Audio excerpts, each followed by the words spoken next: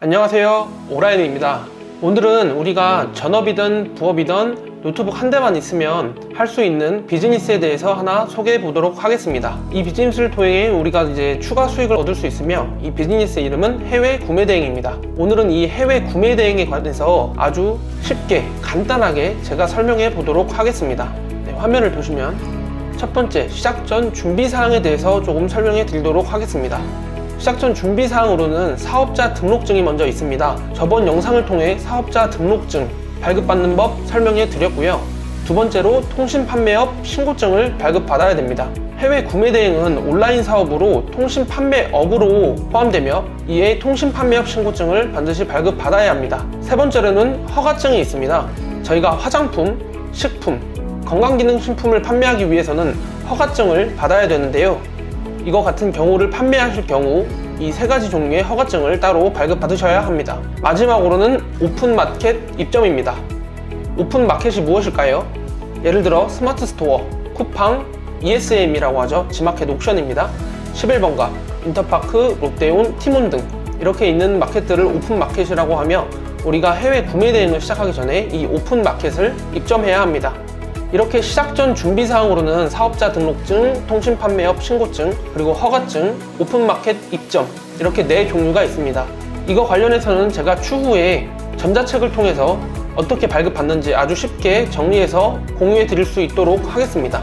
추가로 사업자 등록증과 통신판매업 신고증, 이 두 개는 필수로 해야 되고요. 허가증 같은 경우는 사실 처음에 내가 화장품, 식품, 건강기능식품을 판매할 것이 아니라면 나중에 받으셔도 되는 부분입니다. 오픈마켓 같은 경우는 스마트 스토어, 쿠팡은 필수적으로 가입해 주시고요. ESM, 11번가, 인터파크, 제가 중요한 순서대로 기재해 두었습니다. 처음 시작할 때는 사실 스마트 스토어랑 쿠팡 정도만 먼저 입점을 하고 시작하는 것이 더 중요합니다. 오픈마켓 입점하는 방법 또한 제가 전자책으로 추후 공유해 드릴 예정이고, 이 4가지에 대해서는 시중에 유튜브를 통해서 쉽게 발급받을 수 있으니 참고해 주시기 바랍니다. 네, 그럼 해외 구매 대행에 대해서 이제 본격적으로 설명해 드리도록 하겠습니다. 아주 간단하고 쉽게 설명해 드리겠습니다. 해외 구매 대행이란 말 그대로 해외, 중국, 일본, 미국, 유럽 등에서 판매하는 물건을 대신 저희가 구매하여 국내 소비자에게 공급, 배송해 주는 것입니다. 따라서 일종의 서비스업이며, 이 서비스에 대한 대가로 저희는 수익을 창출해 낼 수 있습니다. 그럼 이 해외 구매 대행의 장점은 뭐가 있을까요? 이 부분이 매우 중요합니다. 해외 구매 대행은 재고를 쌓아놓고 판매하는 비즈니스가 아닙니다. 저희는 재고를 쌓아두는 것이 아닌 고객이 선 주문이 들어온 이후에 그 제품을 주문하는 것이기에 재고를 쌓아두는 것이 아니죠. 주문이 들어온 이후에 그 제품을 구매하는 것이기 때문에 리스크가 없습니다. 그리고 이것에 따라 소자본 창업도 가능하다는 것입니다. 무자본 창업과 소자본 창업, 무자본 창업이라고 하기에는 좀 애매한 부분이 있어 소자본 창업이라고 기재해 두었는데요, 그래도 최소한의 저희가 사업을 하기 위해 프로그램 비용이라든지 컴퓨터, 이런 장비, 그리고 신용카드, 결제를 할 신용카드 비용 등이 필요하기 때문에 무자본 창업이라고 적진 않았습니다. 이렇듯 해외 구매 대행은 주문이 들어온 이후에 그 제품을 사는 것이기 때문에 리스크가 매우 적고 소자본 창업, 무자본 창업이 가능합니다.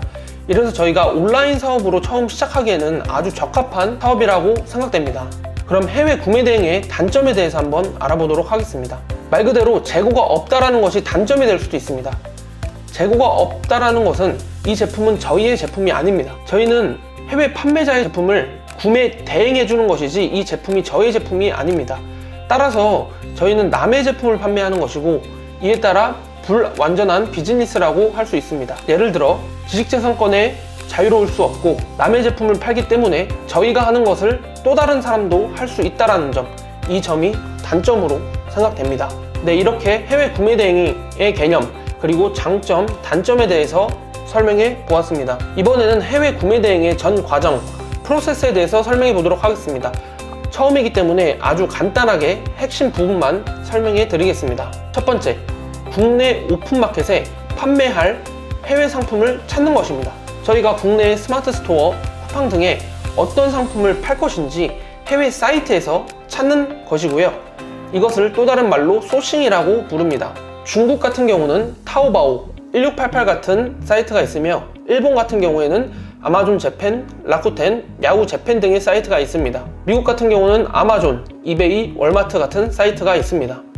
판매하고 싶은 제품을 찾았으면 두 번째는 그 제품을 오픈마켓에 스마트 스토어, 쿠팡 등에 업로드하는 것입니다. 업로드하는 방법에는 총 두 가지가 있습니다. 첫 번째로는 수동 업로드 방식입니다. 말 그대로 스마트 스토어, 쿠팡 사이트에 들어가서 저희가 일일이 업로드하는 방식이고요. 두 번째는 프로그램 업로드 방식이 있습니다. 시중의 프로그램에는 투플렉스, 쿠데 등 아주 많은 프로그램이 있습니다. 세 번째, 이제 주문이 들어오면 저희는 주문 처리를 해야 합니다. 주문 처리의 전 과정에 대해서 설명해 보도록 하겠습니다. 첫 번째, 주문이 들어온 상품을 해외 사이트에서 저희가 구매합니다. 두 번째는 그 해외 사이트에서 구매한 제품을 현지 내 배송 대행지로 보내는 것입니다. 여기서 생소한 단어 배송 대행지가 등장하게 되죠. 배송 대행지에 대해서 간단하게 설명해 드리겠습니다. 저희는 해외에서 예를 들어 어떤 제품을 사면 이것을 국내로까지 가져오는데 여러 과정이 필요합니다. 모든 제품을 다 가져올 수 없고 인천이나 평택항 등 국내 입항하게 되면 이 제품은 통관 절차라는 것을 거칩니다. 즉 다시 말해서 이 제품이 국내에 들어와도 되는지 안 되는지를 판별하는 것입니다. 이런 통관 절차가 없게 되면은 총, 마약, 모든 제품을 저희가 쉽게 들여올 수 있겠죠. 그래서 이런 모든 과정을 대신해 주는 게 배송 대행지입니다. 말 그대로 배송을 대행해 주는 것입니다. 배송 대행지 업체에 대해서는 제가 추후에 자세하게 안내해 드리도록 하겠습니다. 그러면 이 배송 대행지는 현지에 주소가 있습니다.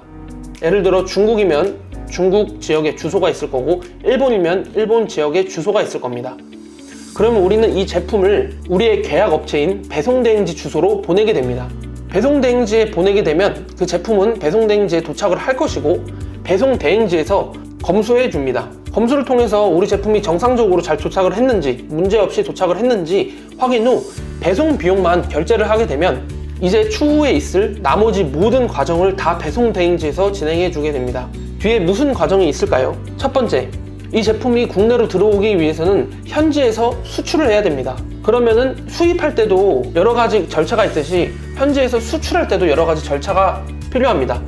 이 제품이 나가도 되는지에 대해 판단하는 것이죠. 두 번째, 국내 입항하게 되면 아까 말씀드린 통관 절차를 진행하게 되는데요. 이 부분 모두 배송대행지에서 전부 다 진행해 주게 됩니다. 마지막으로 통관 절차가 끝나고 이 제품이 국내에 들어와도 된다 라는 승인을 받으면 이제 고객 주소지로 저희가 배송을 해줘야 되는데요. 이 부분까지 배송대행지에서 모두 진행하게 됩니다. 즉 저희는 해외 사이트에서 구매를 하고 배송대행지 주소로 제품만 보내주면 그 이후의 모든 과정을 배송대행지에서 전부 다 진행해 주는 겁니다. 저희가 신경 쓸 부분은 그 어떤 부분도 없다는 뜻입니다. 이렇게 하면 해외 구매 대행의 전 과정이 끝나게 되고 마지막 저희는 마켓을 통해서 정산을 받게 됩니다. 마켓별 수수료를 제외한 금액을 받는 것입니다. 이렇게 해외 구매 대행의 전 과정, 프로세스에 대해서 설명해 보았는데요. 오늘은 해외 구매 대행에 관련한 첫 번째 시간이기 때문에 아주 간단하게 쉽게 설명해 드렸습니다. 이제 추후 영상을 통해서 우리가 판매할, 오픈마켓에 판매할 해외 상품을 찾는 법, 즉 소싱하는 방법, 찾은 상품을 마켓에 업로드하는 방법, 주문이 들어왔을 때 주문 처리하는 방법, 이런 방법들을 상세하게 자세히 설명해 드리도록 하겠습니다. 제가 정리한 이 해외 구매 대행에 대한 이 내용을 받고 싶은 분이 계시면 댓글에 이메일 주소를 남겨주시면 제가 링크를 보내드리도록 하겠습니다. 오늘 영상이 도움이 되셨다면 좋아요와 구독 부탁드립니다. 감사합니다.